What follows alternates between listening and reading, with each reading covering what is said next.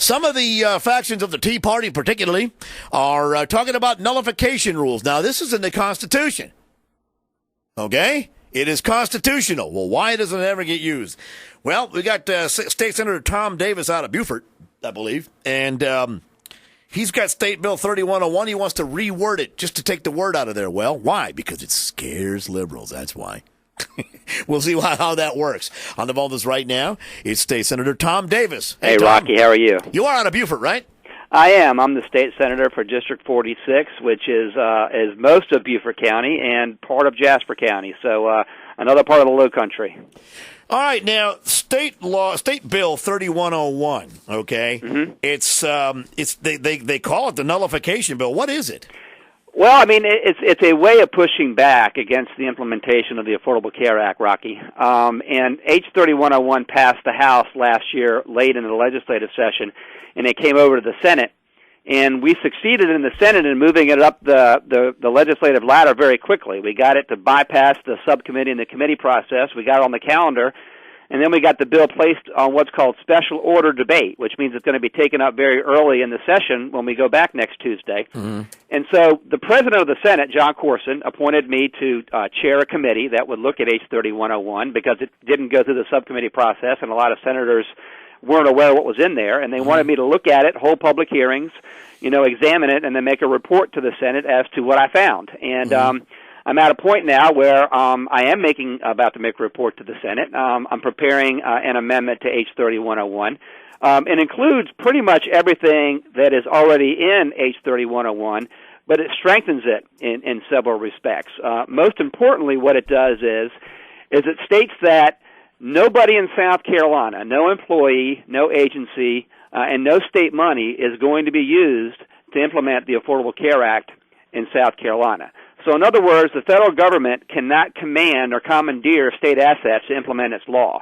And that is solid South Carolina position to take. It's justified by the Supreme Court decisions. Mm-hmm. And that wasn't in the initial version of H 3101, but we added this so-called anti-commandeering provision because if you really want to get at the Affordable Care Act and if you really want to slow its implementation, you've got to get at the money. Mm-hmm. And you've got to get at the state apparatus and say to state employees and say to state agencies, you are not going to assist the federal government in implementing this law. Because the federal government, the dirty little secret is, Rocky, that every time it passes something, whether it's in regard to education policy or health care policy, it depends upon the states to use their personnel and their agencies to implement their laws. And what I've done with H 3101 and what I'll report to the Senate is that cannot happen. And I think that's one of the most effective ways to fight back against this insidious law. Well, you basically just took the word nullification out of there because it scared Democrats. Isn't that it? Well, it is nullification in one sense. Words. I mean, if you mean nullification, if it's going to go ahead and be a way to push back against the federal government, I mean, it does that. It does that very strongly. It doesn't expand Medicaid. It refuses to set up an exchange. It talks about you can't commandeer state assets or state resources to implement it. It talks about filing a lawsuit in federal court. It talks about regulating these navigators that are roaming the state and trying to sign people up for the federal health care exchange. Mm. It does a lot of very specific things. Now, what it doesn't do is it doesn't nullify in the sense that John C. Calhoun back in 1830 talked about it. Now, what John C. Calhoun did back in 1830, as you may recall, Rocky, is they got a law passed in South Carolina that says we're not going to recognize the federal tariff law as punishing our citizens, and we're not going to recognize the tariff law within our borders. We're going to declare it to be a criminal act if you do so, and we're going to arrest any federal officer that comes in and tries to enforce that tariff. This bill doesn't do that. It didn't do it on the House side that was passed, and it doesn't do it this time either. But it is nullification in the sense that it's the strongest pushback to date among all the states in regard to the Affordable Care Act and trying to stop its implementation. Well, there's this group called the South Carolina Progressive Network. I believe we had somebody on the show about that a while back, or at least I called him on the phone. I can't remember. There's a guy by the name of Brett. I remember talking to him. And they wanted almost $100,000 in federal money to pay 11 navigators to sign people up for Obamacare, okay? Yeah. And they were using city-owned buildings and computers to do it. Now, and that's the thing I want to stop. I mean, that's exactly what happens, Rocky, is that the federal government doesn't have, vast infrastructure throughout the country to have its laws enforced. It depends upon the states. It depends upon the counties. It depends upon the cities and the use of their facilities to implement their law. And so if you want to get at the heart of the Affordable Care Act and stop its implementation, you've got to crack down on state entities, state agencies, state employees, municipalities, counties, governmental entities that are assisting and aiding and abetting. I'll use that phrase. I mean, that's a criminal phrase. Aiding and abetting the implementation of the Affordable Care Act. That's hitting them where they live, and that's what this bill does. Well, what Bercy was all upset about, the progressive. By the way, I don't like the word progressive. Isn't that great? Because it's supposed to replace the word liberal. Okay, now liberals are afraid of words. Right. Basically, what your bill does is still nullifies stuff. You just don't use the word nullification because it scares them. Well, okay? and that's true. I mean, look, I mean, what we want to do here is I want to pass this bill. I want this bill to be signed into law by Governor Haley, and I want to then go ahead and have our Attorney General start to crack down on what's being implemented against the will of South Carolinians in our state. I want to get something passed. And as a practical matter, you're right. I mean, they are scared of the word nullification, and they demagogue the word, and they hearken back to the Civil War, and they try to make people believe you're bringing back slavery and do all sorts of hateful things. And so my goal is this. I want to get this thing across the finish line. It's the substance of the bill that matters. It's the things that it does, not what label you choose to put on it. And that's what's behind this push here. And I can tell you this. I've got to get a majority of the Senate to pass this bill, and I think we can do it. We've got 27 Republicans, 19 Democrats in the Senate. If every Republican holds the line and hangs in there and votes for this bill, we can get it passed, and we can strike a blow against the Affordable Care Act that hasn't been done anywhere else in this country, and South Carolina will be leading the way. Well, according to him, the Progressive Network, he says states that have done what you want to do here, have killed the Navigator program. And this is just about a dozen people who make about $250 a week. Well, this is not the kind of person you should be using to sign yourself up anyway. No, and I think he understates, the role that Navigators are playing in South Carolina, Rocky. I mean, they're everywhere throughout South Carolina, and they're funded by the federal government, and they're out there spreading lies, spreading false information, encouraging people in some instances to misrepresent facts in order to enroll in the Affordable Care Act on the exchanges.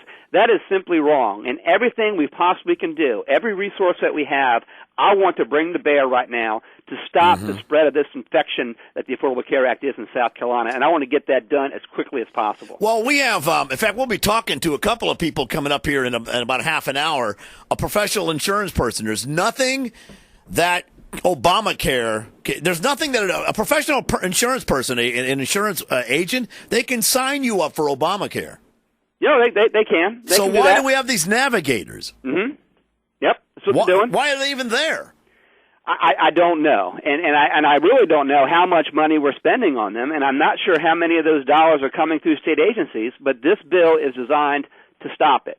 And what's frustrating the Democrats about this particular amendment that I've drafted is that it is clearly constitutional. It is clearly legal. It is clearly backed up by Supreme Court precedent.